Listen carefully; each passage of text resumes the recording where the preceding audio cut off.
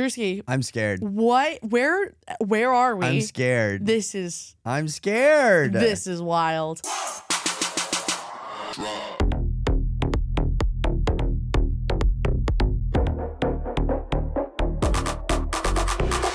I know.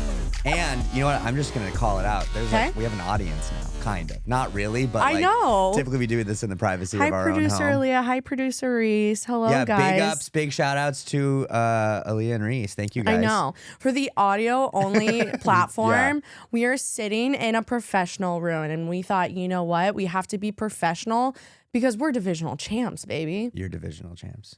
I'm a divisional champ. Drew, you are an honorary divisional champ. That's like a participation trophy. I don't want it. Oh, well. Wow. Trying to give you anything spicy, right now. I know. You really are. Sorry. Drew's been going through the ringer. Yeah, I kind of don't mind saying it. Oh, really? Yeah. Okay. I threw up on the way here. Yeah.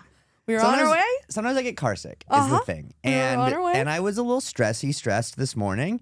And Des was driving, and Des drives fine. Okay, yeah, I was like, we need Des to drives clarify fine, this.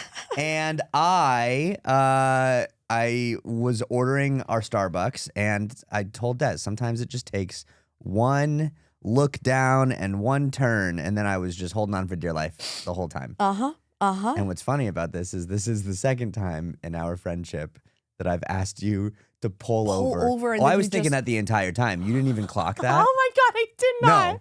No. One of our favorite stories of our friendship is when, oh man, I always confuse these two. You can do it. Fall Out Boy. Nice. Okay. We got tickets to go see Fall Out Boy. There was like a group of us, group of 4 or 5, no, 6. And did you initiate the concert experience? No, you did, which is what was even crazier. I got a little punk in me. Oh, I enjoy a little punk. Sure. A little rock. Yeah. I can rock to the punk. So I was this will be a good time.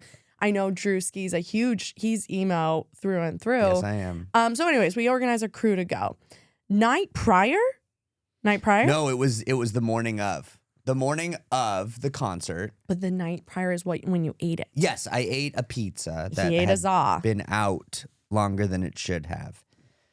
And wow, even just talking about the story, I'm like, are you getting nauseous? Ooh, deep breaths. No, it's fine. So I ate a pizza that got me sick, and I woke up the next morning, and I woke up fine, and I was gonna work during the morning, and then we were gonna go to the concert at night, so I got up early to get ready for work, and I started brushing my teeth, and I put the toothbrush in my mouth and said nope, and then I was on the floor for the next 7 hours. Did not go to work. Nope. Clearly. Called out of work, and Des the whole time is just like, what do you need? Crackers, Gatorade. I know. We're going to rally. We're going to rally. We're going to rally. But I was like, but also don't want to push you. But we're going to rally, right? Yep. And Drew, you're like, I'm going to rally. I'm going to rally. We pick you up. God. I've never seen you so white. And I was like, let's see how this goes. If you live in LA, we are on the 134, right? It's a highway. It is a highway. At one point, we're in this car for 10, 15 minutes. 15 minutes, if that, talking, shooting shit with our friends. Drew turns to me as I'm going 65 on the highway and goes, Des, I need you to pull over. No, do you remember this? No, I don't. Clearly. Because we were in one of the far left lanes, and you felt it. And I said, Des, and you said, I know. And you were already in the process of changing lanes before I even said anything. You said, I know. You just felt it and saw it in my body and face. And so Des pulls over, and I jump out of the car on the 134 and immediately just start puking my brains out. And I look up. But you had to go over a fence, right? Kind of. There's a guardrail thing. And there's it's a park. It's Griffith Park. It's Griffith Park. It was Griffith Park. So again, for 134. people who don't know LA, Griffith Observatory and Griffith Park is on part of the hills. And on the valley side, that's where the zoo is. That's where there's this really cool train museum. And then on top of that, there's just parks where you can have things. And things meaning people coming to sit on a picnic blanket or maybe families gathering for a cutie little birthday party. Or a quinceañera with a giant inflatable bouncy castle and 40 people that were just on the other side of the fence. Where did we pull over? Right Exactly by the there. quinceañera. So now I am true. Getting hurling this entire birthday party of like 40 people. These children are like, Mom, Dad, that They're guy. all just And pointing you at could me. see the parents be like, Yep. okay, turn away, shielding the eyes. At one point, I turned to my friend Connor in the back. I said, here, take this. What are they called when you The, put it like, in the sun windshield? shield when you The park sun to keep shield. your- I said, yeah. here, take this and shield him so they stop staring at But you Connor hurling. didn't really get it, and so Nope. I finally finish getting sick, and I look up, and Connor's just standing outside the door, just with the sun shield in his hands. And just like a nice like tap Yeah. on the back. He's like, hey, man, you good? And But you're I don't know if I ever told you, I was so out of it and like confused that when I saw Connor with the sun shield, I thought he was giving me that to like wipe my mouth with. Like there was nothing else in the car. And so I was just like, what? And then I get in the car, I look at Des and I go, I can't go to the concert. And she goes, I know. And so then they dropped me off and they went to the concert and they had a great time. And we went to the concert. There was something we learned in the car while you were hurling, and we're like, Drew cannot know this. I think it was like who was opening something along those lines. And we're like, you can never find out. It was the fact that her friend had like floor level seats or something like that. Who was that? Oh, Emily. Yes, Emily, her friend had tickets to access the floor. She goes, oh, my friend just got back to me. Yeah. Drew can never know It was this. like backstage passes or like floor seats or something. Yeah. So I found out. Drew's a hurler, everyone. Anyway, so I feel fine, but maybe I'll get up and go. Reese, pop into my seat. No, I'm long as kidding. this studio is not moving on four wheels. That's a good point. But yeah, I think you're going to be okay. Fingers crossed. Dude, yeah, so rough start to our professional recording, but Anyway, we're professionals and Drew's still here. On that note, also, one thing that I put in the notes for you, if you just want to get this off your chest, Des is really mad at Smokey the Bear for some reason. Okay, guys, listen. Like really pissed at I'm Smokey so the Bear. pissed at Smokey the Bear, okay? I have a vendetta against Smokey the Bear right now, only because if you guys watch football like we do, they are like shoving down Smokey the Bear down our throats. Like, for whoever thought it, it's like the 80th birthday of Smokey the Bear. And I don't know what organization. I know you guys will correct me because you love to do that. But they're the ad company for this, for Smokey the Bear, is doing a huge campaign trying to get Smokey the Bear being like, only you can stop fires. And forest fires. Like his famous saying.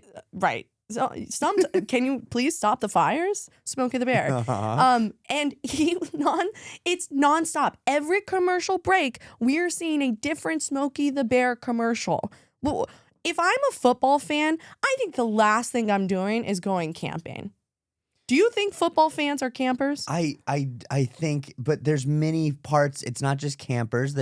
They're one of their ad messages, because I listen to it. I get so pissed. With rage. I see red. I know you do. Is like, make sure you don't have chains dragging while you're driving your car. Make sure you don't flip a cigarette out in the middle of nowhere. There's many people other than campers that can be subjected to fires. Starting fires. Don't do the fire in the woods, Smokey the Bear.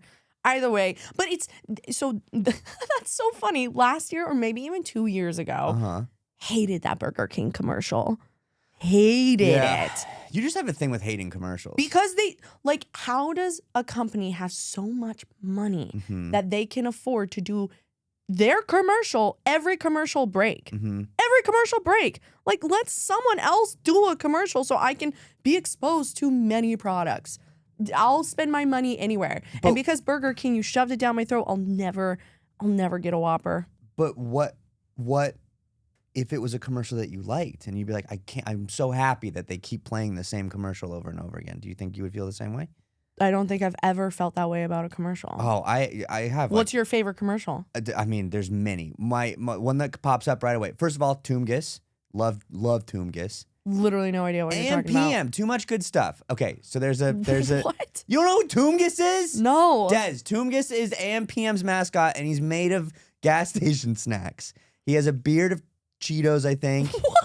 Hot dog hands. Is this on the NFL Network? It's on it. Well, they play a lot because the Dodgers. He threw an opening pitch one time. It doesn't matter. Toomgus Cheeto rules. Toomgus. Yes, look up Toomgus later. Toomgus rules. Well, I'm on my computer. TMG is how you spell Toomgus. No, TMG? just TMGS. Too much good stuff. So I love Toomgus. Quiznos Subs had a commercial a while back. Quiznos Subs. That one, thank you. But we were like 7, so that was fine. That's one of my favorite commercials as well. Guys, you see Toomgus? Toomgus is terrifying. Toomgus rules.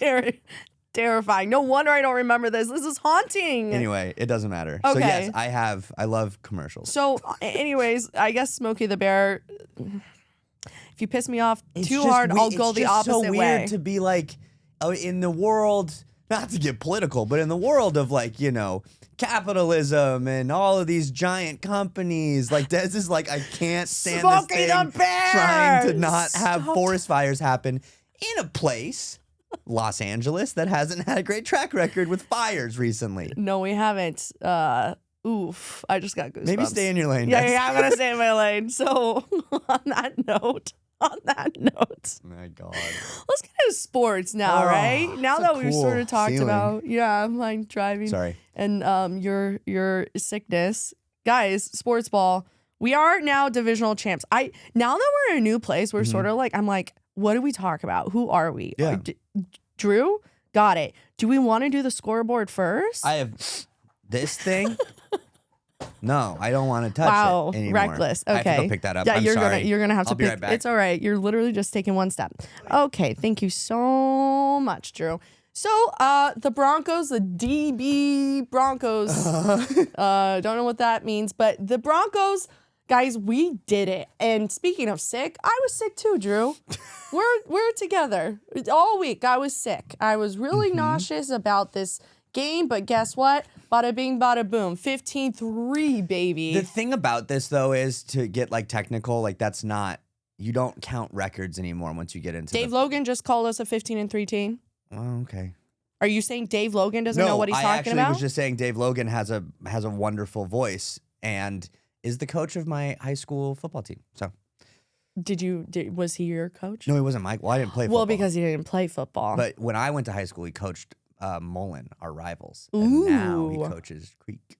For those who don't know, who aren't from Colorado, Dave Logan is what is he? He's the radio voice of the Broncos. Yeah. But he also has his own radio show. He's also a great voice. A high school coach. Football coach. Anyway. This guy knows ball. Either way, Dave Logan said 15-3. Then I would never fight with Dave Logan. Yeah. I'm going to flip this over as many times until we stop playing. You stop playing. You're 7-10. I haven't stopped playing. I'm 15-3. My apologies. Yeah, it's fine. It's all right. I know it's because you've lost. And you've been ill. Mm-hmm. Anyways, let's go ahead. Before we get into this past week's games, we got to go over the NFL news. And how did I learn about these news? Because Smokey the Bear was on while I was watching these news. Okay, all right. It's always these news. What's these news, huh? The coaching carousel, baby. So I learned something. So the biggest thing after Dez's Broncos just put a beat down on the Bills. My beat down, it was a phenomenal game. What do you mean beat down? That was a tight game. I know. That's what I mean. Okay. Sean McDermott was fired on his Black Monday. That was pretty crazy. That was there were a lot of people that were saying they didn't know if it was gonna. Sean McDermott really needed to at least make it to, I think, the AFC Championship game, if not a Super Bowl, because it's just, he's been the guy of almosts. Well, I think a Super Bowl. I mean, what was my notes for the Bills? They have last 8 season results. They lost. Well, get ready for this. Buckle and Bucko. Wild card round. Yep. Wild card round. AFC Championship. Divisional. AFC Championship, and now divisional. All right. They're the only team. They're the first team ever to win 6 straight playoff games and never win a Super Bowl. They're the only team, okay? They're now one of 4 teams in NFL history to do this. The other 3 teams, they've won 3 Super Bowls in that span for winning 6 straight games in a playoff I run. also saw a stat that if Josh Allen ever makes it to a Super Bowl, he will have to have had 8 playoff appearances, because this was his 7th playoff appearance, right? No quarterback has ever made it to a Super Bowl it was a weird stat, but basically he'll be the first quarterback to have had 8 playoff appearances to make it to a Super Bowl. And it will be at least 8, if not 9 or 10. So, well, and even speaking of stats, I was also listening to the radio show. Man, guys, I'm in a new location. I don't know words. Who am I? Where am I? They were saying that like there's been a study on like new head coaches and their time with a team, right? So there is like in the first 3 seasons, if a coach makes it to the playoffs, like I don't know, 8 of them have made it to the Super Bowl. And then after a 4th year head coach, there's been like 3 coaches. 5th year, there's been 2. And then once you get into 6, 7, 8, it's been only 1 coach basically that's making the playoffs that make it a Super Bowl. Essentially, the stat was saying if you're a coach and you're with a team and you've been making it to playoffs longer than like, let's say 8 years, 7, 8 years, what the Bills are doing, it's near impossible that eventually you will get to that Super Bowl with that many, just based on history and stats with the NFL. So it was, I mean, I don't know. I was shocked, but not surprised. Does that make sense? It's crazy because, like, as a sentence, that doesn't make any sense at all. But I know exactly what you mean. But as my friend, but as it your does. friend, it does. Yes. But no, I get what you mean. Like, it's, I think it's just crazy. Like the same way, like seeing Mike Tomlin stepping down, seeing this, you're like, whoa, but okay. Yeah, his job was on the chopping block. Yeah. So now the Bills have a vacancy, and John Harbaugh just signed with the Giants. Like, man, what if John went to the Bills? Like, do you think he's regretting his decision? No, I don't. Because actually, we haven't spoken about John with the Giants yet. But. Yeah, so, I mean, the one last thing I wanted to touch on in just coaching in general before we get into the actual coaches is that this now ties the record for the most head coaching changes. So there will be 10 head coaching changes this season, which ties an NFL record for the most in a single season. Which was 2022, right? Yeah. Yeah, and you know who was hired in 2022? Broncos country, Nathaniel Hackett. Yeesh. You know who was also hired in 2022? Mike McDaniel. Mike McDaniel. Now he's supposedly looking at homes in Tampa Bay. I have friends, and by friends I mean the internet, that said that they saw Mike McDaniel talking to realtors in the Tampa Bay area. And you might be saying, wait, Tampa Bay has a head coach. Nay. Well, no, they do, but Mike McDaniel might be going there as the offensive coordinator. So I saw today, and I was shocked, and you didn't ask me, and I'm shocked you didn't ask me. But not surprised, because it said, there was a post that said Mike McDaniel might be a front runner for the Bills vacancy. I saw that, but I don't believe it. Why?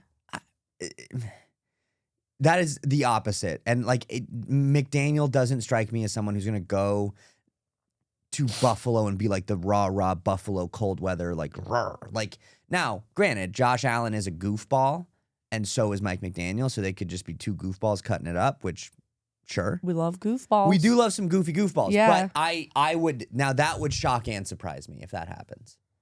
Oh, I a would shock be shocked, and surprise. A shocker and a surpriser. Okay. And we'll get more into like Mike McDaniel and I feel like the Dolphins head coach. Got some news. But we also have Kevin Stefanski, the old Browns coach. He got hired by the Falcons. Any thoughts? I don't have any, but. No, I didn't want him as my coach. Why? Because I just didn't. I get that. Here's the thing.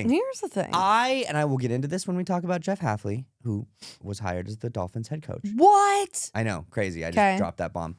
I have a look test. And like, what? Jeff Hafley, I see him and I'm like, meh, doesn't inspire like coolness. Now, Dan Campbell inspired. Like, I look at him and I'm like, coach. I'll follow you into Sean war. Payton looks like a coach. Yeah. Kinda. McDaniel doesn't look like a coach. No. Stefanski doesn't really look like a coach. Really? Yeah. Okay. That's just my thing.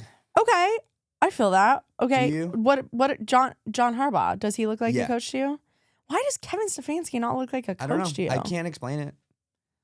Mike Tomlin looks like a coach. Anthony Weaver, our defensive coordinator, who probably won't be our defensive coordinator anymore. Daddy Weaver looks like a Damn coach, all right? Des just likes how he looks. Yeah, I do. I could watch him yeah. as a coach for sure. But Robert Saleh went to the Titans. Robert Saleh has gone to the Titans. Robert Saleh looks like a GD coach. He does look like a coach. So, it was always so weird to see him on the sidelines with the Niners. As a DC. Yeah, as their DC. Yeah. So second time around, I think the Ravens owner, I want to say it was the owner, maybe the GM, they were talking about just with the media and just about like, how do we look at new head coaches? And he said, I always think it's an issue when people are like, oh, you're bringing this coach in to interview. They have this record, this losing record or whatever. And he goes, you have to look at so many factors because this guy is smart. I think it's the owner now that I'm talking about more, because you have to look at so many factors because where were they that they had the losing record? What type of ownership? What type of management? And what did their team look like? Yeah. And I feel like Robert Saleh, although he was with the Jets and then got fired, that was the Aaron Rodgers ordeal. It was the Aaron Rodgers ordeal. I know a lot of people that say that they just don't like Jets ownership. Like that's not a historically good franchise as of late. So no, I think he's a phenomenal coach. I wanted him as the Dolphins coach. Yeah? Yeah. Oh yeah. Well, I don't have him. Now we have Jeff Hafley, everyone. Jeff Hafley to the Dolphins. Welcome, Drew, Jeff Hafley. Yeah, what are your thoughts? My thoughts, as I showed you, I said, because I've obviously been seeing people talking about Jeff Hafley and his picture going around, and for a while, I could not tell the difference between Jeff Hafley and Jon-Eric Sullivan. Jon-Eric Sullivan, our new hired GM, both of them coming from Green Bay. So Jon-Eric Sullivan, we talked about this last week, but he was like the assistant president or vice president with the Packers, the Packers of like player personnel. Brought over Jeff Hafley, who was the Packers defensive coordinator the last 2 years, and before that was a head coach for Boston College football. So a college football. Who, team. Jeff or John? Jeff. Eric. Jeff Hafley. Is his name really Jon-Eric? It would appear so. A hyphenated name. Your parents couldn't decide on one first name, Jon-Eric. If it's not his fault, don't get mad at John. I'm a little pissed. Go by John or go by Eric. Okay. Okay. Anyways, Jeff. And you know what? You know who's on my shit list? Smokey the Bear and Jon-Eric Sullivan. Well, his parents. Yeah. Okay, Gotta talk to them. Both of those, two on my list. I'm gonna do some research now and figure out who they are, and I'd love for them to be like the head of like the forest like safety campaign or something. That would be hysterical. So anyway, to go back on your point about like coaches who had a losing record, what was their ownership like? What was their team around them like? A lot of Dolphins fans are scared and frustrated because Jeff Hafley with Boston College had horrible like records. I don't think ever had a winning record. He was there for like 3 or 4 years, and they were all really like a lot of Dolphins fans are really upset by that. But he had this interview that came out where he was talking about his time in Boston College. It was during COVID. It was when like the transfer portal became a big thing, and I don't know how that works, but it's college people will. And so he was just explaining that it was a very difficult time for him, and he didn't handle it well, and he acknowledges that. But it was a very rocky time to inherit a college team. So I will wait to see. My last and only thought, my last thought on this that I heard by several people saying is this is the first time that we have cohesion and agreement with GM and head coach. You've never had this? Not never, but in the like recent last 5 or 6 head coaches. There's either been a head coach that's come on with a GM that's already been in place. Okay. Or a GM has come on with a head coach in place. This is the first time that we've had a clean slate of like, here's a GM and now we're hiring a coach that he wants. And the other clean slate being, it's not a clean slate, but then they can choose their quarterback because head coaches have also had to come on and deal with either like Ryan Tannehill, Ryan Fitzpatrick, Tua. And so now, even though you don't have your pick of the litter, this coach is going to do whatever he wants with a quarterback. He's not going to be stuck with Tua or stuck with, you know. I mean, technically, you are stuck with him. Like you're saying, he's not stuck with him. Yeah, you're stuck with the money. But you have options as opposed to like McDaniel came in and he was like, you have to come into this position and make Tua work. You have to come into this position and make Tannehill work. Like as opposed to now, yes, it's not an easy thing to work on, but we have options. Mm-hmm. And some people are saying Malik Willis, who was the Packers backup quarterback who played a couple games when Jordan Love was hurt and played really well and like surprised a lot of people.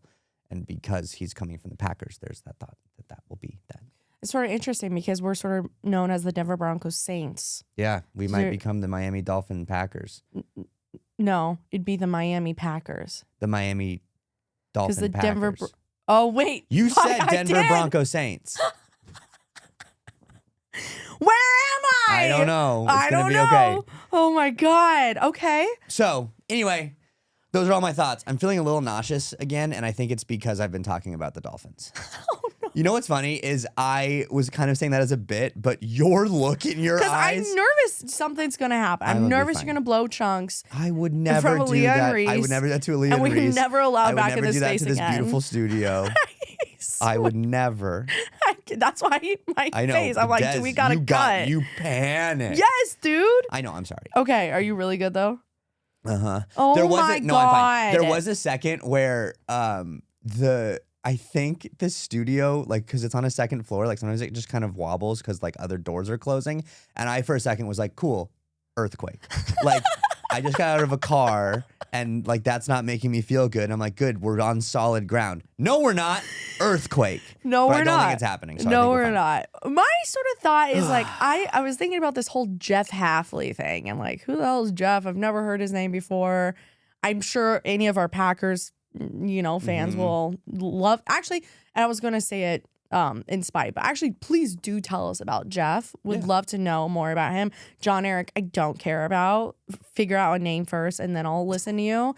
But like, I feel like this is sort of like possibly your gourd to Cinderella story. Not even a pumpkin to Cinderella, like a gourd to Cinderella. Gourd? Because it's not looking good over there with the Dolphins. Like you're not even a pumpkin. You're a gourd, warts and all.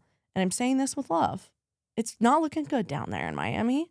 But there's a chance. But that's what I'm saying. Gourd to Cinderella pipeline runs through Jeff Hafley, everyone. That's his name. I mean, yeah, like I said, I'll believe it when I see it. I've said this before. A couple weeks ago, we could sign John Harbaugh and sign Lamar Jackson, and I'll be like, I'll believe it when I see it. So that's wild. You're not doing either of those things. I know. Well, I know, but I will believe it when I see it. Yeah. With Jeff Hafley. That's also a thing. Drew and I have been like sick for like a month straight. Yeah, I don't know what's going on. We're really struggling here. Like same with like the Broncos going all the way to the finish line. I feel like that's what's happening with Drew and I right now too. We're scraping by. They're professional football players putting their bodies on the line day to day, and we just sit and shoot the shit. Des has a gnarly bruise on her arm that we have no idea where it came from. No idea, dude. Literally, I woke up and I was like, and it was after I went out to celebrate for the Broncos. That's true. And I'm sure a lot of you are thinking, oh, Des won too many beers. No, I knew I could retrace every single thing. We only had like 2 beers out, which we're gonna get into because I was too sad to celebrate. All right. Yeah, I mean that's it. That's the coaching carousel that leans slightly into the Dolphins talk, but there's nothing more to talk about with the Dolphins. The only last like kind of like tea thing that I thought was tea, and I told Des, and sometimes I tell Des things, and she's like, "Yeah, cool." I just stare at him. And I'm like, "Is you really wanted to use my time with this?" But I know too. Like I don't know what the reaction is that I want from you, but all I know is sometimes I don't get it. So I told John, I didn't tell Jon-Eric Sullivan. I told Des about an interview Jon-Eric Sullivan gave with like the Dolphin social media team. And they asked him what some of the things you're excited about. We're fine. Excited about with this team.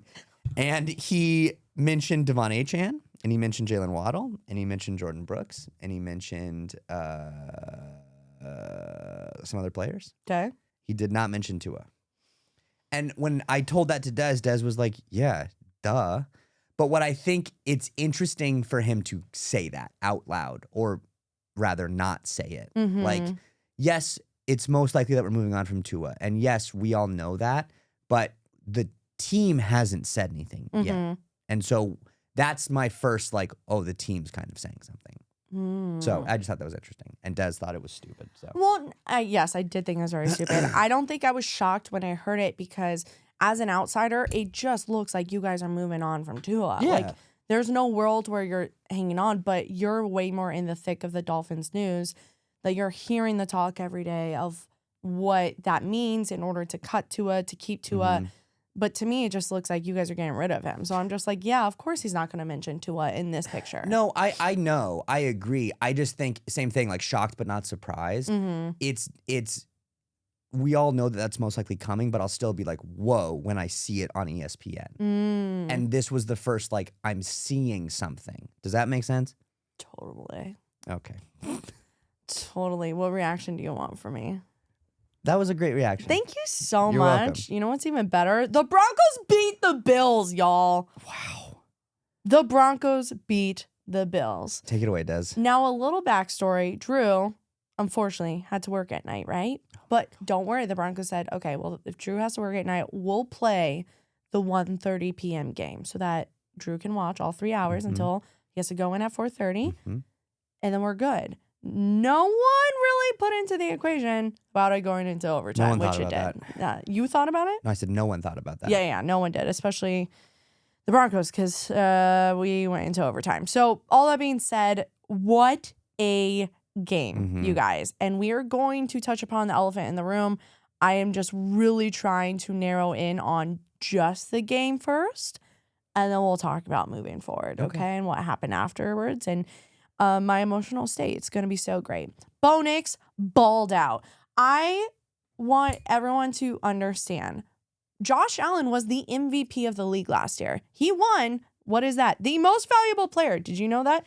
I knew that, okay? The most valuable player last year. Josh Allen did. Did he go to the Super Bowl? No. So above any of the Eagles players, any of the Chiefs players, Josh Allen won it.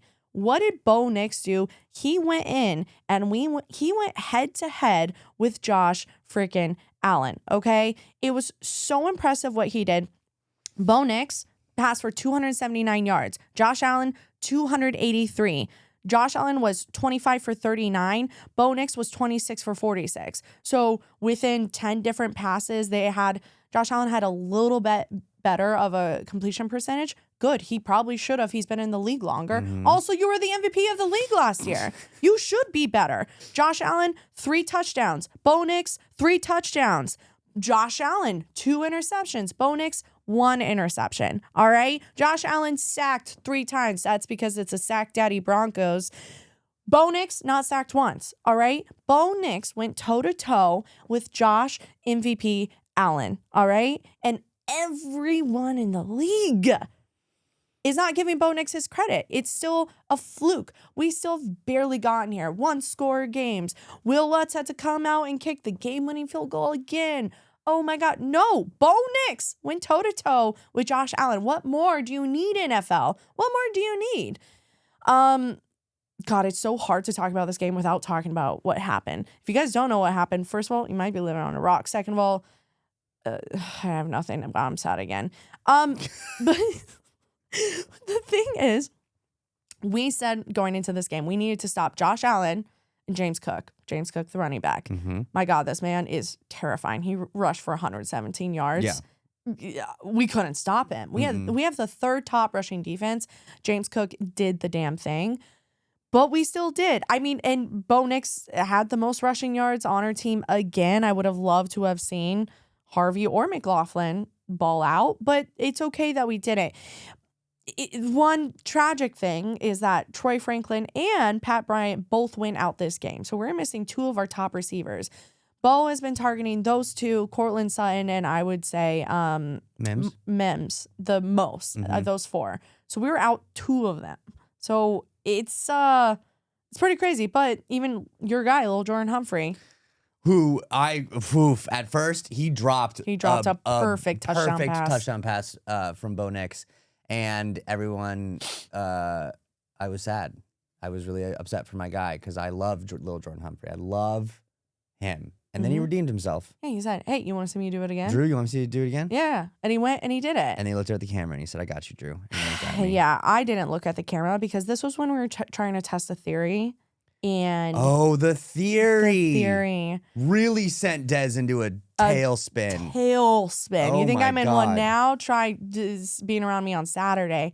And I don't know why because I was wearing a white t-shirt and we weren't getting Josh Allen. Yeah. Remember I said 3 sacks? I was like, how are we not getting to him? You know what? I need to change into my Bonito jersey. So I went to change into that jersey and something happened. It wasn't a touchdown. No. But it was a crazy pass or a turnover, something. What sucks is we're going to keep telling the story. And I don't remember what any of the plays were. Oh, I do. The you little do? Jordan Humphrey touchdown was one of them. You did miss the little. That was when you were in the kitchen. So either way, I went out. Something big happened. Either fumble, something like that. Yeah. And I was like, oh no. And so my friends were like, well, maybe you shouldn't be watching. I was like, we're gonna try and test this theory. So then I go outside. I go outside the apartment. Within 10 seconds, I hear everyone cheer. Screaming. I literally, Yeah. I was like, you know what? I'm just going to jump. Yep. This is the moment. I come back I'm on the in. second floor. I'm on the jumping. second floor. I come in. They're like, Dez. I was like, oh no. Yep. Oh no. Yep. And then finally, we're getting to because the Lil Jordan Humphrey touchdown was later in the game. And so my friend Presley was like, we got to test this theory one more time. So she goes, let's just go talk in the kitchen. All right, let's just go talk in the kitchen. Play happens. Nothing happens. I go, see, it's not me. And Price is like, just one more. Just come in here one more. What happens? The LJH, touchdown happens. I didn't see it. And you saw the look of just utter fear and sadness on my face when I realized what that meant. But you guys, everyone being like, well, Does, you can't watch any of the games. No, I watched the entire overtime ordeal, so don't bring this towards me, all right? At one point, we were trying to test the theory if it was someone else, and we were sending other people out. And sometimes that would happen. Yeah. Like, T went out, Presley went out. I walked the dog. But nothing happened with you out. But you're not a Broncos fan. You know what I mean? So I think that's what happened. So a few other things. Broncos had 5 takeaways. So Bills intercepted, fumbled, 5 takeaways. That's the most takeaways in a postseason game in 2 decades for the Broncos. Wow. Pretty wild stuff. Alex Singleton, he had 14 tackles, which is an all-time Broncos record with the most tackles in a postseason game.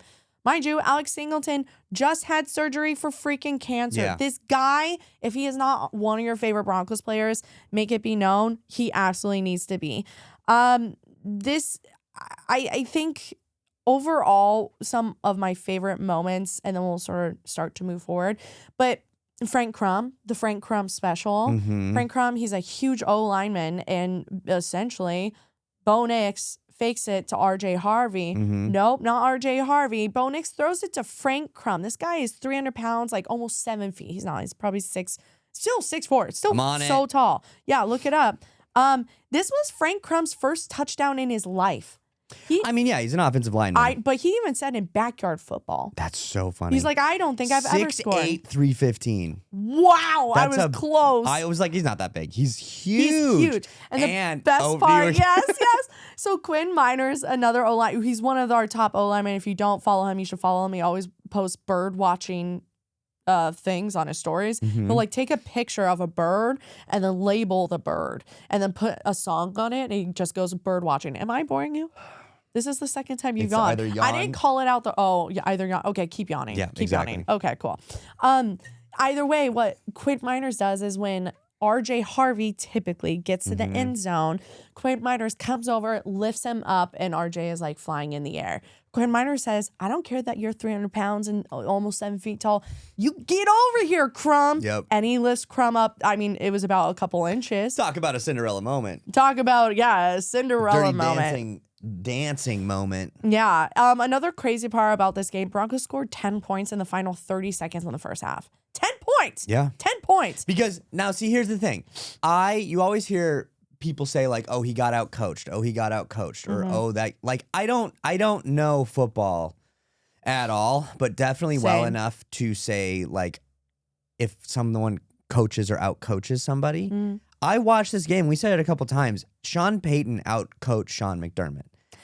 Sean v. Sean. Sean v. Sean. Which Sean was going to come out on top. And I think, like, just some of, like, that Frank Crum play, he had a couple really good, like, fakes and, like, good calls. But on top of that, Sean McDermott had the Bills go for some late points with 16 seconds left to play in the game. And we were all saying, like, shouldn't they just kneel and go into halftime? And they're like, no, we're going to try and get some points. What happens? Josh Allen fumbles and the Broncos get 3 more points. And to me, that's a big part of, like, Sean trying to outcoach himself. And by Sean, I mean Sean McDermott. Like, and trying to save his job and trying to do more than he needs to. So I thought that was interesting. And I do want to give a huge shout out to the defense. So not only Nick Nito, he joined Von Miller and Tom Jackson as the only Broncos in franchise history to have multiple forced fumbles in a playoff game. Bo Nix, he has absolutely etched himself in Broncos history this year. Hands down. And he's been doing it all as my husband, and I'm very proud of him. But I want to give a huge shout out to the defense. The Bills, they scored 30 points. They picked up 28 first downs. They had 450 yards of offense. They did not punt once, somehow still lost the game. All right? And there's a lot of stuff that people are talking about. There's a huge trend on Instagram, TikTok about 2026 is the new 2016, right? A lot of people are posting their throwback photos. Well, what happened in 2016 for the Broncos? Oh, yeah, we had our Super Bowl run. If you guys aren't getting goosebumps about what is going on and how repetitive this is all 10 years later, this shit is wild. Okay, you guys? When we played the Steelers, it was in the divisional, I believe. They absolutely outdid us on the offense. Like, they had so many more yards, so many more. It was unreal. But our defense held steady. And then what happened after we beat the Steelers? We went on to play the Patriots. Everything is lining up. We have one of the best defenses in the NFL, the no-fly zone in 2016, one of the best defenses. I also thought this was pretty crazy. On January 17th, in Broncos history, the Broncos are 3-0 all time. Anytime we've played January 17th. So, 2016 versus the Steelers, all right? We beat them, and then we went on to win the Super Bowl. 1999, we played on January 17th. We beat the Jets, went on to win the Super Bowl. 1988, we beat the Browns. We made it to the Super Bowl, but we lost the Super Bowl, okay? January 17th, magical day for the Broncos. And I know we have a couple of Bills fans that listen to Sportsball. I feel for you. And I'm not just saying this to get on your side. I would be inconsolable. I got to be honest, if I was a Bills fan right now, because this was the closest to your year as it could have been. Everyone says, like, there was no Mahomes, there was no Burrow, there's no Jackson. The path is there. I hate that take because I'm like, well, you could go one of both ways. I hate that take because it's like, oh, so if they're all in, that means you could never make it. It makes your team look weak, I feel like. Sure. But also it's true. Like, Josh Allen has always come up against those guys and always had to come through. But I mean, since 2019, the Bills are 83-33. They have a crazy winning record. I already told you the last 8 season ending results. Yeah. They've all ended in the playoffs. All of them. They've ended in the playoffs. Their last 3 seasons, the Bills have had their season end by 3-point games. Their last 3 seasons. Oh my God. It's been a 3-point game. And what's even crazier is all 3 of those games, Josh Allen has had the ball in his hands and hasn't been able to make it happen. Oh, like my he's had heart, an opportunity. dude. And we're getting into this too. Josh Allen is now 0-7 in overtime games. I saw that. Josh Allen has not won a game in overtime. And what people have been bringing up too is a lot of people were saying he was the reason the NFL changed overtime rules. Because for a while, in overtime, it was sudden death. First score wins the game. And there was a Chiefs-Bills game, I think it was in the playoffs, where the Chiefs won. And people were saying, we can't have playoff games end like this. We can't have I think I just had a stroke. Overtime? What? Yeah. Yeah, we can't have playoff games in like this. I just looked. My name is Des. I know it happened to me. There were lights in the things and I got scared. He was one of the last games that he played in overtime was one of the last games we played before they changed the overtime rules. Okay. And so they were just saying that like it's crazy. Now both teams get a chance to touch the ball. And even in those situations, he's still lost. It's just crazy. And I mean, and I've been talking about the elephant in the room, but I think another elephant in the room is a lot of people are talking about the Brandon Cooks catch. All right. Now, I think we've been doing ourselves a disservice if we didn't speak on it as far as Sportsball. I want to be extremely clear. I think we've done it a few episodes. Drew, I have never played football. Drew, have you ever played football? Unfortunately not, no. Have you ever coached football? No. I've never coached football either. Have you ever refereed for a football game? No. I reffed for lacrosse though. So cool. It was cool. A coach tried to fight me. What? Yeah, it was crazy. It was a kid's game because that's what we did, and I coached. And I remember, okay, this tiny quick story. Put it in the book. Go ahead. I was reffing this game, and this goalie was doing this thing where he was in the net. So he was like stopping balls, but he was behind the line. Absolutely not. And you can't do that. You can't and do you that. Can't do that. No. And so I told him, I said, hey, you gotta change how you gotta step in front of the line. I'm gonna call that a goal next time. And he was like, okay, didn't happen, called it a goal. And everyone was like, what? That's crazy. How does that make any sense? Then the game went on. Then it was a close game. At the end, there's 2 refs on the field. At the end, this kid scored a goal, won the game, team was freaking out. The other team said there was a penalty that should have been called. It wasn't. I didn't call it because I wasn't by the play. The other ref didn't call it. Somehow the ref came at me. The coach had to come at me. The coach came at me. And the parents were like holding him back. He was like going to fight me. How old were you? I don't know. 26. No, I'm kidding. I was like 14. 14? Yeah. How old were these kids? 12. They should know better. They should know better. They should know better. Anyway, it doesn't matter. And honestly, that coach, damn, coming at a 14-year-old, that's insane. Is it though? I mean, it's insane. Like in. What do you mean, is it though? No, I know, but like. Yeah, it's insane. I know, but what I'm saying is, in sports, of course, there are crazy coaches and dads that would do shit like that. I'm not saying it's right. I'm just saying like. Yikes. Anyways, okay, back to my point. I'm so happy we had that moment for us. That was worth it. That was totally worth it. So what happened? Brandon Cooks, the Bills are driving. Yes. Both the teams have had the ball already. The Bills have it again. This is their moment to get any points on the board. Right now, next point wins. Yes. Field goal, touchdown. Brandon Cooks receives it. His knee hits the ground. McMillan comes up with it afterwards and is now called an interception. Yes. Everyone's freaking out because technically Cooks had the ball and his knee hit the ground. Now where everyone's talking about is you need complete control. Sure, you come down and sure McMillan is touching you because if a football player catches the ball, and please jump in if I say anything incorrect. So far you haven't. When the player has the ball and they're on the ground, the play is still active until that player is touched by another player, okay? He was touched by McMillan, and his knee was on the ground. The reason why they're saying this was not a catch and it was an interception is because Cooks did not have full control of it when he hit the ground. Why didn't he have full control of it? Because McMillan got it from him. Yeah. If he had full control, McMillan couldn't have gotten it from him. The other part of the rule that Des hasn't mentioned yet is you have to survive the ground, is what they call it. You have to survive the process of coming to the ground. And if a player jumps up, catches the ball, and then falls down, and in the falling down, the ball comes out, it's an incomplete pass. And so we can't play like crystal ball guru, but like it looked like he didn't have a lot of control of the ball and probably wouldn't have survived the ground with the ball anyway. Now, I'm going to bring this up and then you're going to jump onto it. What do you mean by that? I don't know. Okay. Well, let's see. Let's see what happens.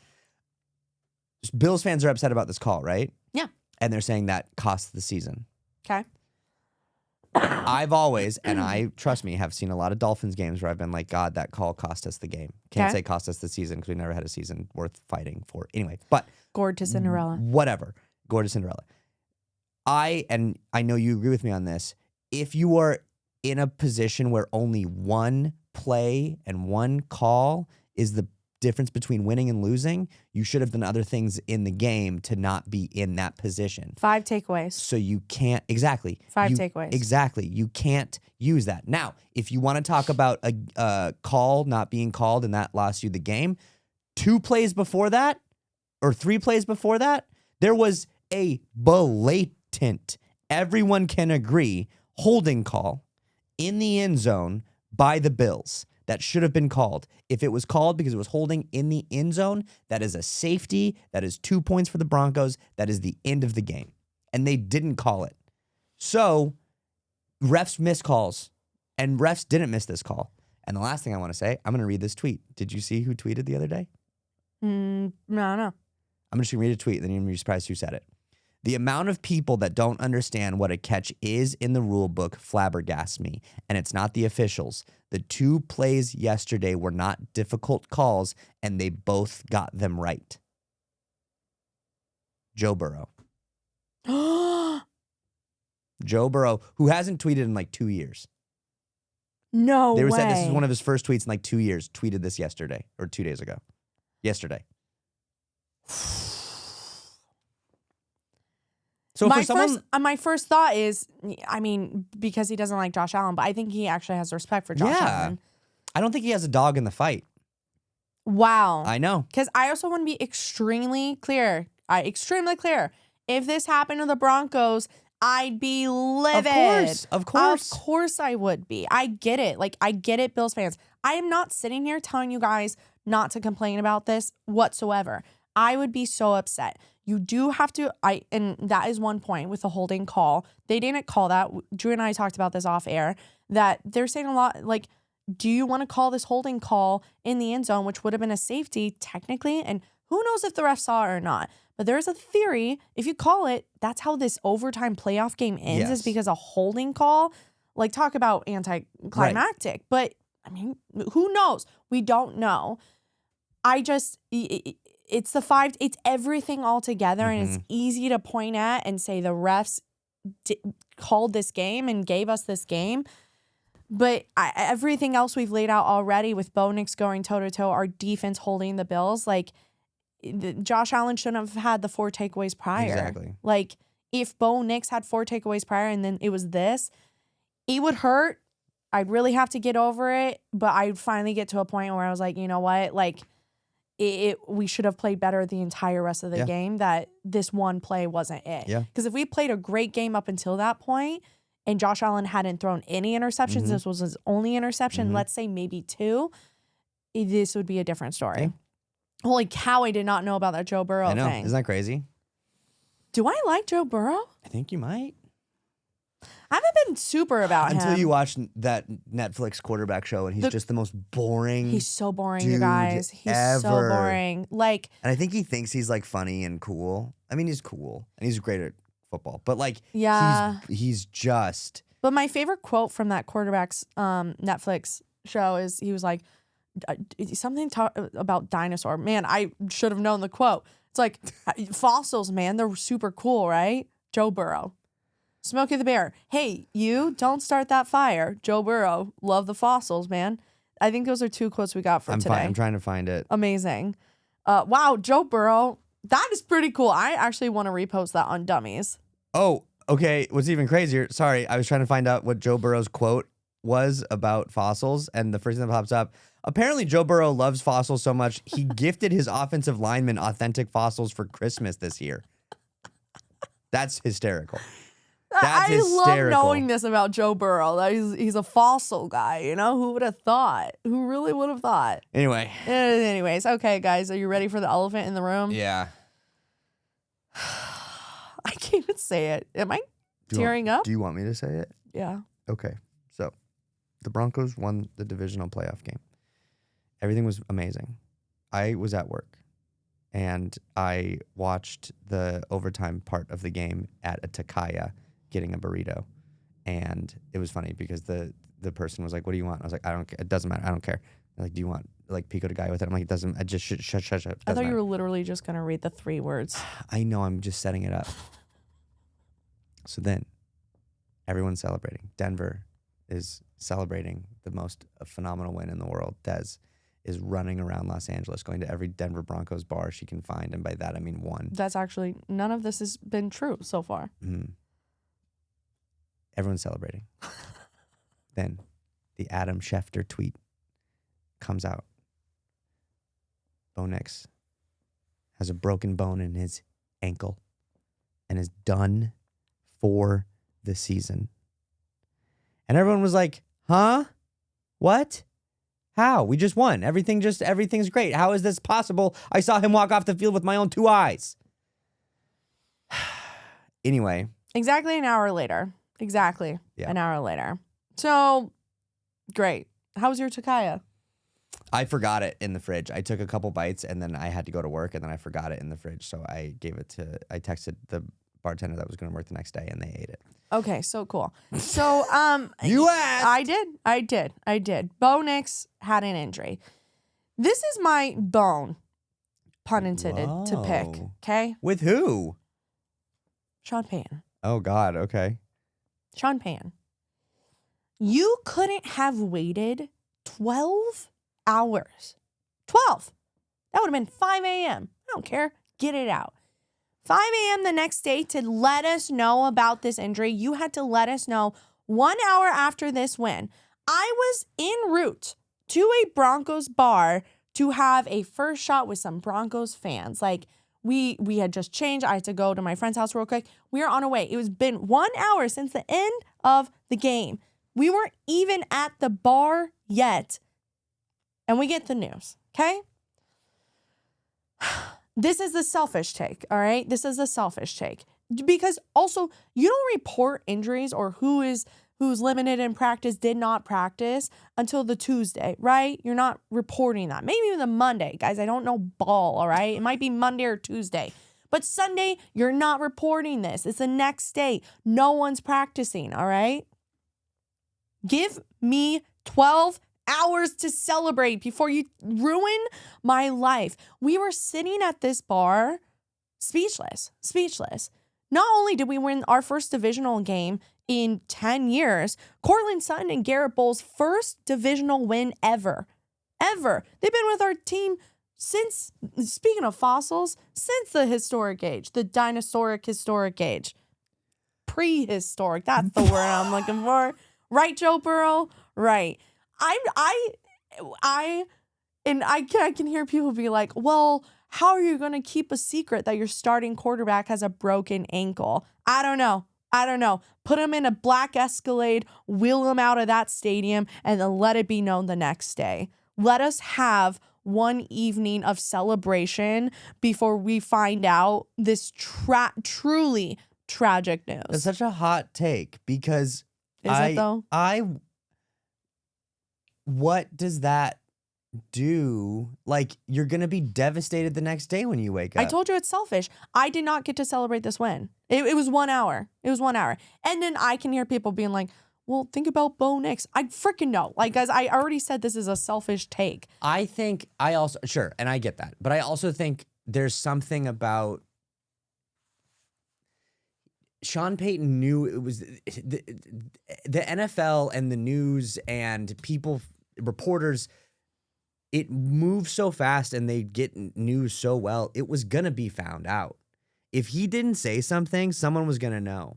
Someone's going to have a friend who drives the Escalade, or someone's going to have a friend who's the receptionist at the hospital who did the second x-ray. Like, it's going to come out. So then you have all of these random reporters and tweets, and it's like, wait, what? Someone's saying he has a broken ankle? He can't play? That doesn't make any sense. And then it's this like weird thing, as opposed to Sean Payton. I commend you, Sean Payton. I think it was the right move. And I think you don't coach for Dez, and you don't owe Dez anything. And I think it is selfish.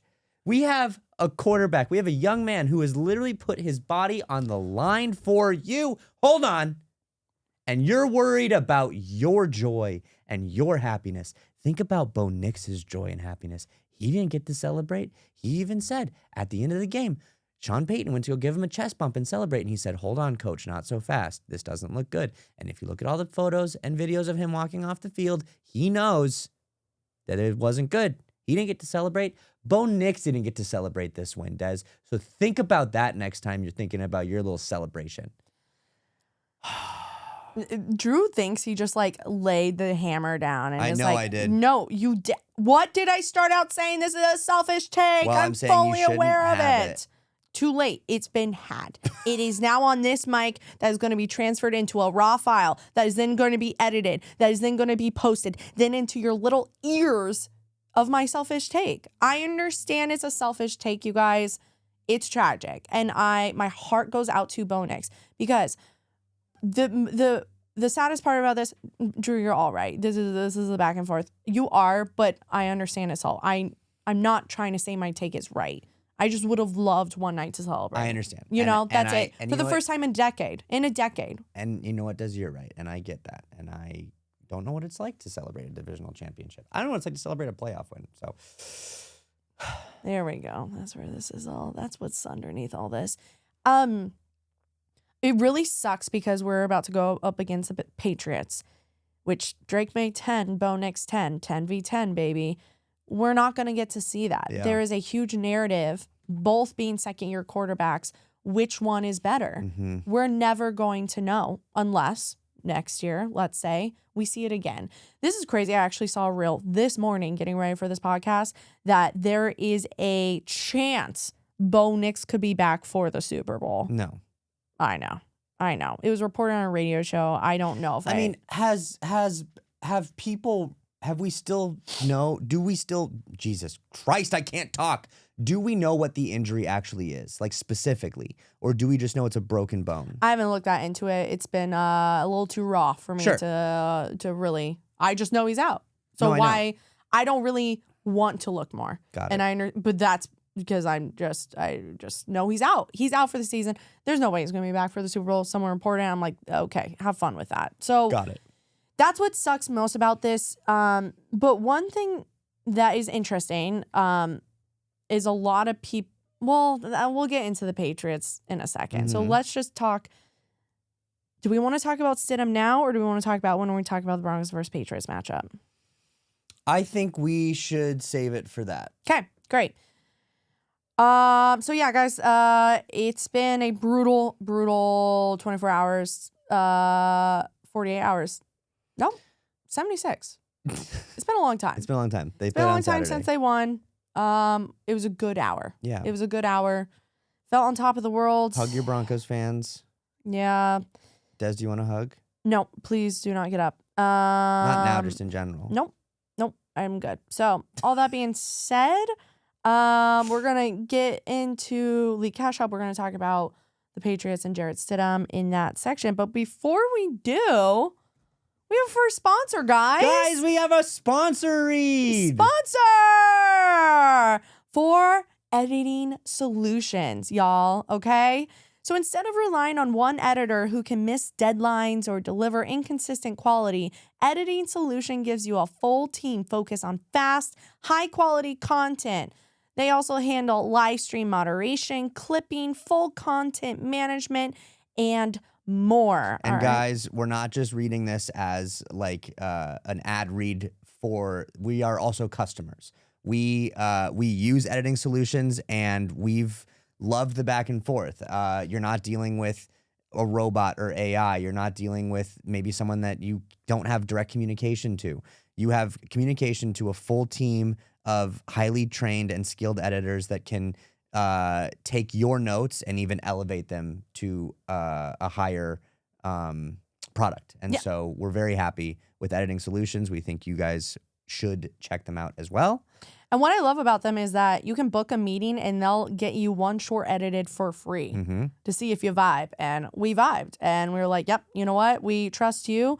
And they said no strings attached. And they also are great about discussing budget. Like if you have certain budget needs that they were able to come to a solution for us. So we love them. We are a customer. We absolutely recommend them, and is our first sponsor. Yeah, so check out on YouTube, and I think we'll be able to have it on Spotify and Apple Podcasts as well. There will be a link in the description. Use that link, and like Des was saying, you'll get one short edited for free, no strings attached, full edit, completely for you. So there you go. Thank you, Editing Solutions, for sponsoring today's podcast. League Ketchup, baby. So, unlike, well, my God, there were other games.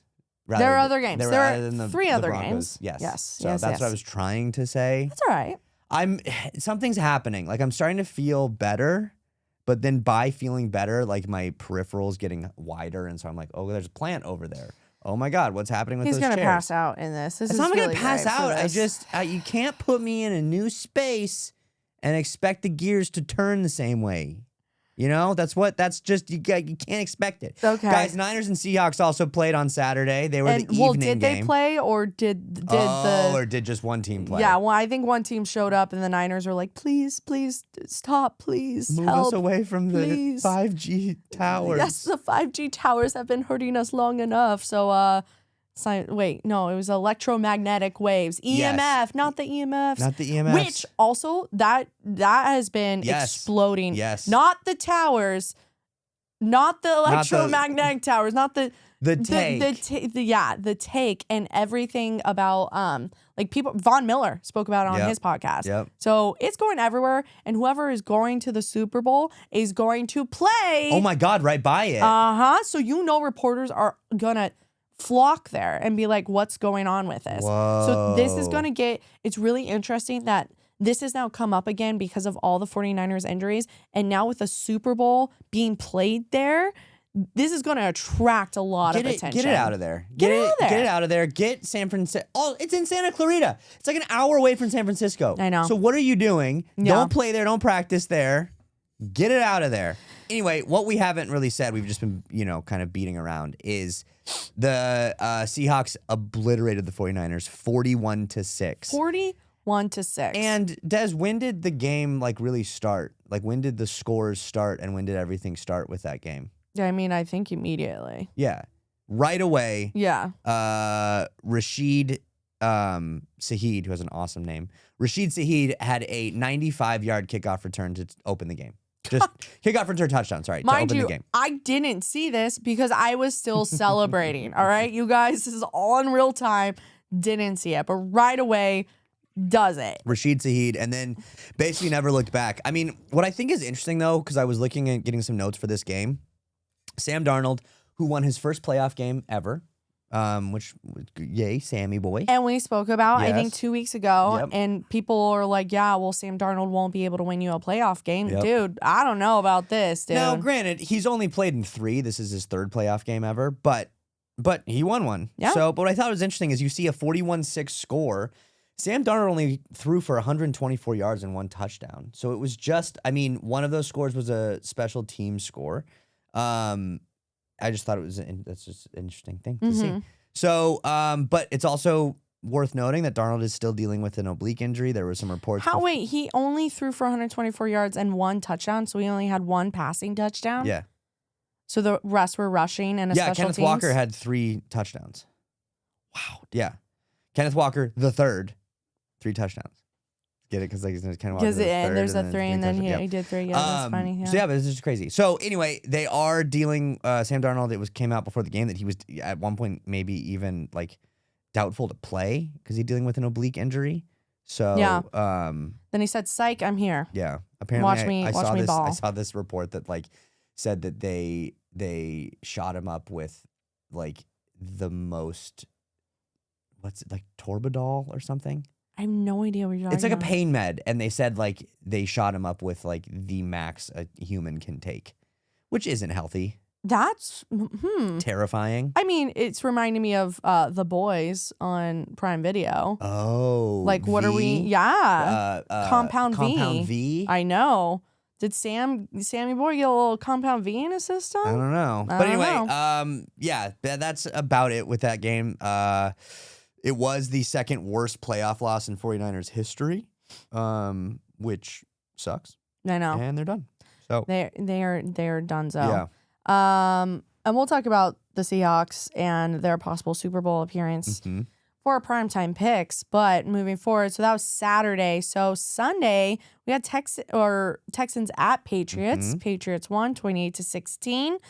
The biggest note for this game for me was like, what the hell was, CJ Stroud, my man. We were watching the game, and Des, every time CJ Stroud would throw or attempt to throw a ball, she was like screaming at the TV. We have spoken about this on this podcast, and you're like, Des, why are you upset? Like, he's going down. That's what he's supposed to be doing. Well, I did it again, but now everyone is doing that. So it's not just Drew yelling at me for having an incorrect take. CJ Stroud, he is the first player with 5 or more interceptions and 5 or more fumbles in a postseason game. He's had 7 turnovers in 2 playoff games. 7 turnovers in 2 playoff games, okay? Oh my God. I don't know what it is, but like, he's a good quarterback. He has been a good quarterback. I think he's been regressing every year, which is crazy. Damn. He had his crazy, like, Cinderella rookie season, and then his second season was like a sophomore slump, and now he's in his, junior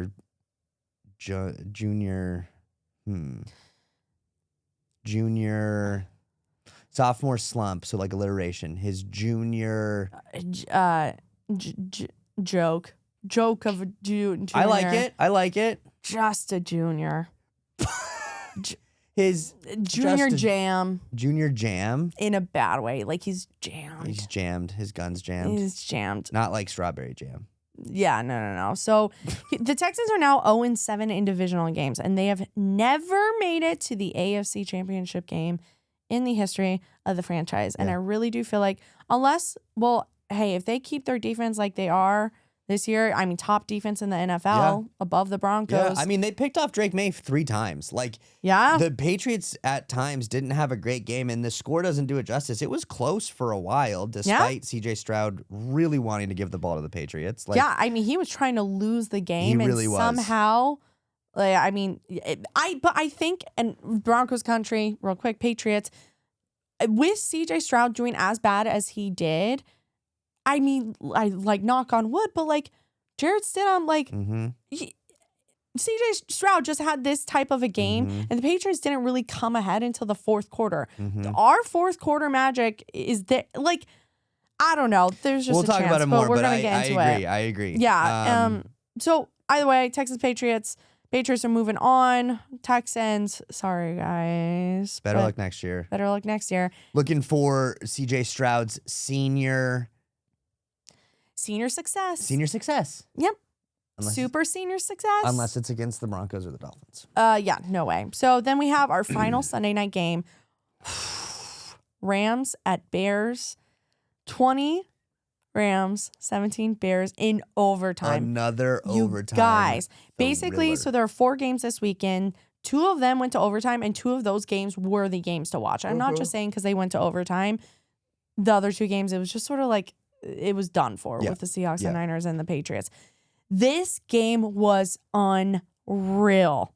They're called the Cardiac Bears for a reason, and they did it again. They are the NFC version of Bo Nix and the Broncos, and with just these absolutely insane late game plays. Yeah. And Caleb Williams, it's the very last play for the Bears to tie it up. He's going to throw it. They're at the 60-yard line. They're at the 14-yard line. What? You said 60-yard line? Oh, I'm sorry. No, I have.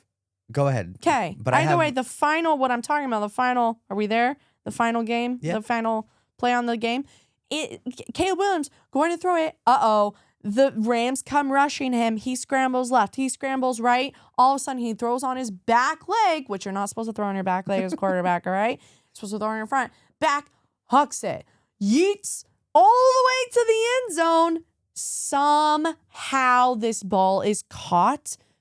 Jaw on the ground. Drew and I didn't speak. Staring at the TV. I jumped. I don't often jump out of the couch. I jumped off of, and we just stood there. What I got, sorry, Des, I didn't mean to cut you off. Yeah, you did. Okay. The confusion a little bit on my end. the play started on the 14-yard line. Like, as stats go, it was a 14-yard touchdown pass because that's where the line of scrimmage was. According to Next Gen Stats, the ball traveled 51.2 yards in the air. Jeez, dude. It was the longest completed pass by air distance in the red zone since 2016. That's because he ran 26.5 yards backwards. Jeez. So he was on the 14-yard line and then ran 26.5 yards. That's 2.5 first downs backwards. And then threw the ball to, this is what I also find interesting, Cole Kmet, who only had one catch in the game prior to that catch, only had 2 touchdowns the entire regular season. Jeez. He's like, they have Loveland. That's like their star tight end. Cole Kmet is on the team as a blocking tight end. Wow. He doesn't catch balls.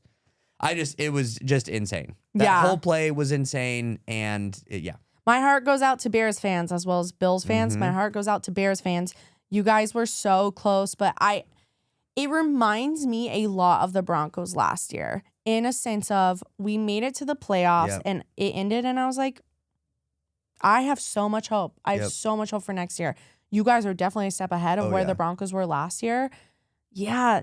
I mean, I really was pulling for you guys to go all the way. I think it would have been so fun for the Bears and Broncos to play. But you guys have so much to look forward to this next season. Like, you guys are absolutely killing it. Rooting for you, Bears. This is not the end. You guys are going to be a scary team to play, 100%. Without a doubt. Ben Johnson is a beast of a coach. Caleb Williams, if he had, I think 3 touchdowns in this game, or 3 interceptions in this game. Mm-hmm. Like, he had a lot of late game heroics, and a lot of that stuff had to be played in spite of some of his own shortcomings at times. Like, he's only going to get better. Yeah. And so it's going to be a wild couple years for the Bears. I know. And literally the only note that I had for this game was that the Rams, I think you knew this, they put cayenne pepper in their shoes to keep them warm. In their socks, yeah. Yeah. And the temp, I think, was 9 degrees, I believe, in Chicago. Yeah. It was a snowy flurry. It was Chicago weather. Like, these Los Angeles Rams were coming to play in Chicago. And what did the Rams do? But they put cayenne pepper in their socks to keep them warm. Helps with circulation. Turns out it actually works. Apparently works, yeah. And what is more of an LA thing to be like, we're going to use these herbs and try and see if this helps the body? That's a really good point. I was like, this makes sense. And I'm shocked more teams have not been doing it, but I bet you it will now. I vaguely feel like I remember hearing the Dolphins doing it when they had that playoff game against the Chiefs, and it was like the 3rd or 4th coldest game in NFL history. That's insane, and I dude. feel like I remember hearing the cayenne pepper thing. I don't know, but yeah. Wow. Well, it was a crazy divisional weekend. The wild card weekend was crazier. I still think wild card weekend was crazy, 100%. But divisional, both the overtime games, wild. Now we're going into our final 2 games. We have 4 teams left. There are 2 games left until the big kahuna, the Super Bowl, y'all. You can't say that. Oh. It's copywritten, I think. This big kahuna? No. The Super Bowl? The SB. You can't stop saying it. The EMF Towers game where they hold it at the EMF station. And so we have 2 games. Honestly, I think we're going to be choosing the same primetime picks. For one, 100%, and I think I don't know, probably for the second one too. I'm picking the Seahawks. Okay. Are you picking the Rams? Maybe I'll just pick the Rams just for. Are you sure you want to do that? Because you are trailing. I know. I can't. You think the Rams are going to beat the Seahawks? Maybe. Sam Darnold's hurt. I just need you to pick something because I don't even know if I want to get the whiteboards out. Oh. Well, I mean, we can. We brought them all this way. Oh, my God, dude. All right. We can pull these out, primetime picks, and let's get into... I don't want to do this anymore. It's all the way down there. Yeah. Joe. I'm going to kill you. All right, guys. Patriots at Broncos. And we have... That is the 12 o'clock, or it's going to be 1 o'clock game because Drew and I are... I was going to say, we haven't even addressed this yet. No. Drew and I are going. We're going to the game. We're going to the game. Oh, Amber and Johnny Way are homies. The biggest shout outs in the world to from Amber another and Johnny. homie. We're going with them. We went with them to the Chiefs game. Now, a lot of people on Dummies are all like, Des, don't go to games because I went to the Chargers game. They lost. I went to the Jags game. They lost. But guess what? I went to the Chiefs game with Drew, Amber, and Johnny, and they won. Last year, we went to the Raiders game, and they won. So this. Well, I think, yeah, it was just this season. I know, but I'm just saying, you've been to games and they've won. Yeah, absolutely. So we have our picks. There it is. Obviously, the Denver Broncos. There it is. We got the Broncos. Okay, so let's talk about this matchup. Yeah. So we didn't talk about this earlier. We got to talk about Jarrett Stidham. So Jarrett Stidham is going to be the starting quarterback. What are my thoughts? Holy cannoli, Batman. I am terrified. Mm-hmm. It's going to be fine. This is the third AFC Championship game matchup between the Broncos and Patriots. I touched upon it a little bit before, 2026 versus 2016. What is crazy is that in the 3 AFC Championship games that the Broncos and Patriots have played, the Broncos have won all of them, all right? The Patriots are 0-4 in Denver in the postseason. The Patriots have never beaten the Denver Broncos in the postseason in Denver, all right? The Broncos won in 2013. They won in 2015. Tom Brady, Peyton Manning was Tom Brady's daddy, all right? We can call it here and now. Except what's even more interesting, getting into the Jarrett Stidham news, is you can't even really say in 2015 Peyton Manning was Tom Brady's daddy because who was out there playing this game? Brock Osweiler. Mm-hmm. Let's take a trip down memory lane, y'all. I'm getting ready. Can we walk? I don't want to drive. Okay, yeah, we're not driving you anywhere. Actually, I'm very nervous to even get home after this recording session. So, Brock Osweiler came in. Peyton Manning, I believe he was 1 for 2 touchdown ratio to interception. Mm-hmm. So, he had 1 touchdown for every 2 interceptions in the 2015-2016 season. We've spoken about how Peyton Manning, he went out on a high. He retired after winning the Super Bowl, which is what everyone should do. Aaron Rodgers, take freaking note. But I think we always forget Brock Osweiler came in, and I think it's because of how everything ended. Essentially, Brock Osweiler will help get us to the Super Bowl, and then he wanted a lot more money. We didn't give him that, and then he went over to the Texans, and it just a little bit bad blood. Yeah. So, that's why I think he sort of faded from Broncos memory. But it's definitely time to talk about him because he helped us get to the Super Bowl and played in this championship game, much like Jarrett Stidham is going to be playing in this championship game. Now, with Jarrett Stidham, there's a couple stats that I don't love.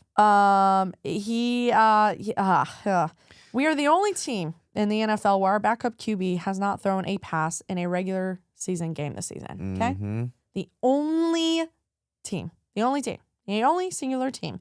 He played in the preseason. I want to remind you guys, we spoke about this on Sportsball, so if you want to listen to any of our preseason episodes, go ahead. Broncos country was clamoring for Jarrett Stidham to be the starter over Bo Nix. They were. And it was so silly. It was so stupid. I was like, what are we doing? Of course, Jarrett Stidham looks good out there. But he had some pretty epic games. For instance, against the Niners, he threw 136 yards, 2 touchdowns. He was 14 for 15 against the Niners. And then we played the Cardinals. Sure, it's the Cardinals. But, I mean, Jarrett Stidham threw for 240 yards, 2 touchdowns, no interceptions. Yeah, I know it's preseason, but this is all we have right now. And it's like you said, people are clamoring for him to be the starting quarterback the last couple of seasons at times. Like, there were reports that he was being offered starting jobs elsewhere at the beginning of the season, and he turned them down. He is probably one of the best backup quarterbacks in the league right now. I would say so. Yeah. He's still a backup, and I think that's why we're all very nervous. But he is, period. Like, he could be starting elsewhere. And I think this is actually really interesting, like, turn of fate for Broncos country. Because like you've said, and you've been a big Bo Nix defender, as have I, and I agree with that take. But there's been a lot of Broncos fans that have been really upset with Bo Nix and saying he's not the one. And look at all these things he's done wrong. Okay, if that's your take, then you shouldn't be worried about this. Because you've been saying that Bo Nix has been almost costing you guys games and he hasn't been playing that well. Okay, then one, why are you so upset? Because this is what you've wanted. So that makes you realize how much you actually feel like you do need Bo Nix. That's one take. And then the other take is, as good as Bo Nix has been and as great as he has been at times, the defense has won all of these games. The defense has been the reason these games have been won. And so that trend, I think, will continue for this game as well. And our offense has, oddly enough, not even oddly enough, but it has been the struggling factor of all of our games. Yes. And I think there's three, I don't know what to call it, but three sections in football. You got the offense, you got the defense, and you got the special teams. They call them phases. Thank you so much. That's what they're called. If 2 out of 3 of those can show up, you have a very high chance. And we saw our special teams absolutely show up against the Bills. Yeah. This is all still possible. Do I feel as nervous about this game as I did against going to the Bills? I gotta be honest with you guys, no, because it's a long shot. The Broncos are out of the odds as far as who is most likely to win the Super Bowl. We're the lowest. We're so far low that no one thinks we can do this. Where I think we're 4 or 5 point underdogs. No one thinks the Broncos have a chance. I'm excited for us to be there. I'm excited for us to experience this. It'd be silly for me to just go into this completely blind and be like, we're going to win. If Bo Nix was out there, we'd be having a different conversation. I'd be saying, this is our time. We're going to walk away with a W. I don't know how I feel. I am always going to feel optimistic, but not necessarily delusionally optimistic, okay? But I just want us to look also at going against the Patriots. One thing that I think is very interesting, Jarrett Stidham was drafted by the Patriots, okay? He was drafted to become Tom Brady's backup and eventually replace Tom Brady. Didn't work out for him, but he, in 2019, what I didn't know about this, in 2019 he was drafted. He actually threw 2 touchdown passes to who in a preseason game with the Patriots? Did you see this? No. With Demaryius Thomas. Really? When he went to the Patriots, wow. Jarrett Stidham threw 2 touchdown passes to DT. That's really cool. At the Patriots. So sort of weird Broncos lore and crossing paths, but a little backstory. So he spent 3 seasons as a backup. He then went to the Raiders as the backup because Josh McDaniels. Who is Josh McDaniels? He is currently the Patriots offensive coordinator, and Broncos country should know him because he was our head coach for a brief moment of time. So, mind you, Josh McDaniels was a head coach for the Raiders. This was after he was for the Broncos at this time. So he brought Jarrett Stidham over from the Patriots after working for him. They benched Carr December 2022. Stidham, in his first NFL start, he threw for 365 yards, 3 touchdowns, 2 interceptions in a 37-34 overtime loss against the Niners. Lost by 3 points in overtime by the 49ers very last game when he played with the Raiders. And then he lost to the Chiefs 13-31. But this is 2019. This was at the Chiefs' height. Exactly. Pretty sure the Chiefs went to the Super Bowl that year. I wouldn't be surprised. He is 1 for 3 as a starter. So he lost both of the times with the Raiders. He did win once with the Broncos. He started 2 other times. Those 2 other times was when Russell Wilson was benched. One, he beat the Chargers 16-9. That was our second to last game. And then he lost to the Raiders. Ironically, 27-14, which, Drew, that shouldn't be a surprise because we were at that game. Yep, we were. We were at that game, the very last game of the season, and he lost to his old team. So that is who Jarrett Stidham is. There is an absolute way, Broncos country. I know I'm not giving you a lot of hope. There is absolutely a way. Our defense can hold it together, our offense. And what I love about Jarrett Stidham, he's not a new backup QB. He is. Why are you looking at me like that? No, I'm waiting for you to go down this because before you started saying this, you're all like, I don't really see a way that we win this game, and now you're saying I'm not delusionally optimistic. I'm saying these are why we could. Got it. He knows our system. Yes. He's been with the Broncos for 3 years. Yes. He has been under Sean Payton since Sean Payton's been with the Broncos. But it's going to be tricky because Josh McDaniels is on the other side and knows Jarrett Stidham very well. Yeah. He not only worked with him at the Patriots, he then went to the Raiders and then Josh McDaniel said, Jarrett, you're coming with me because he likes Jarrett. Yeah. So he's going to know Jarrett's ticks and everything. And granted, he's not the DC, but he's absolutely going to give the defense of the Patriots some pointers. For sure. So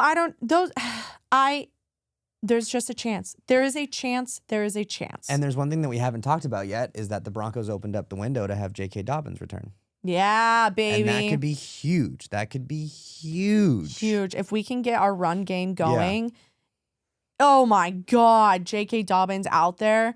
Like, I know. It would be unreal. So we're going to the Patriots, and I also love that we're facing the Patriots because this is who I said I wanted to face. Granted, I wanted it with Bo Nix. Mm-hmm. But these are two teams that the entire NFL has been talking about, and they say that we don't deserve to be here. Neither of us. Yeah.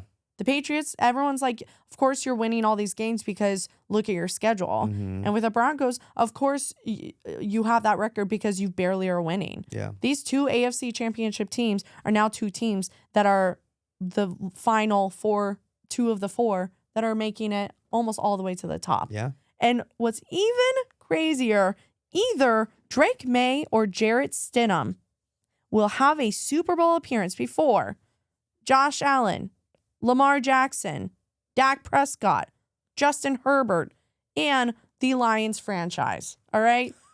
Drake May and Jarrett Stidham. Yeah. One of those will have an appearance before all of those people. This is wild. And listen, the Patriots, they're seeking their 12th Super Bowl appearance, which is the NFL best. Wow. The NFL best. Let's make it not happen. I agree. I think there's totally, like you said, and there's a chance. I misunderstood a little bit. There's totally a chance. I am flip-flopping. No, I get it. It's anxiety and also trying to be level-headed and also understanding what we have. So go ahead. I was watching the highlights of the Broncos-Bills game, obviously after I knew that Bo Nix was out. And the one thing that got me worried was that the thing that Bo Nix has a lot is he can make stuff happen with his legs. Mm-hmm. He always is really good at extending plays and running for first downs and running for touchdowns. Like he's a mobile quarterback. Yeah. And I don't know if Stidham is that. But I was talking to my dad, hey Mike, and Mike. He was saying that there's some criticism of Bo Nix that he leaves the pocket too early and he runs too early and he gets happy feet because he gets kind of nervous, and that Stidham might actually be a bit more steady in the pocket, which could actually benefit us because it allows receivers to get open more and to let plays develop more, and that could actually be something that happens and is in the Broncos' favor for this game. So, oh God! Well, speaking of Mike, did you know in the AFC it's Mike versus Sean? Yes. NFC it's Mike versus Sean. I did know that. I saw that. What the hell is going on, you guys? You can't tell me football's not what, Drew? Romantic. I know it's what you were gonna say. I know it is. It is. It is. Ain't it romantic? Ain't it romantic? So, guys, I also think I'm trying to have a level footing because we are going to be at this game. Yeah. I was already a little bit ill when we were so graciously asked to go. And I was like, I don't know if I can. Yeah. Because how many people came for me after that Jags game? Not to get all serious, but it really messed with Dez's head. You guys, Drew saw how bad and down I was. And when we were watching the Broncos-Bills game and we were seeing all of the stuff happen with when Dez left, crazy stuff happened in the game, Dez looked at me with real fear in her eyes and was like, I don't think I can go to this game. Fear? Tears, both of them. Yep. But then we said Tears maybe. For fears. Yeah, thing. I know. Maybe I just gotta go to the bathroom. Maybe I just gotta have a bathroom. Yeah, have a little potty break. At this game, there might be times where Des, all of our drinks are empty. Why don't you go get them? And you guys know I'll do this. I am the biggest Broncos fan first and foremost, and I think why I feel even more comfortable about going to this game is because now Jarrett Stidham's in. Mm-hmm. Right.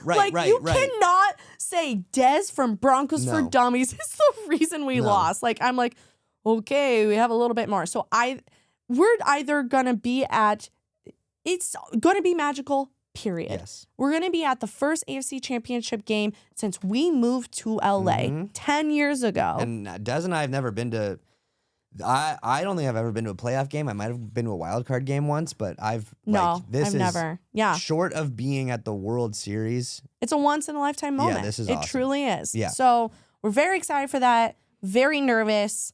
I don't know. We're getting to the very end of it, you guys. We have 3 weeks left of the football season between the conference, bye, Pro Bowl games, and then the Super Bowl. Yep. And then we're there. So it's gonna be wild. I know. How are you feeling? Just in general?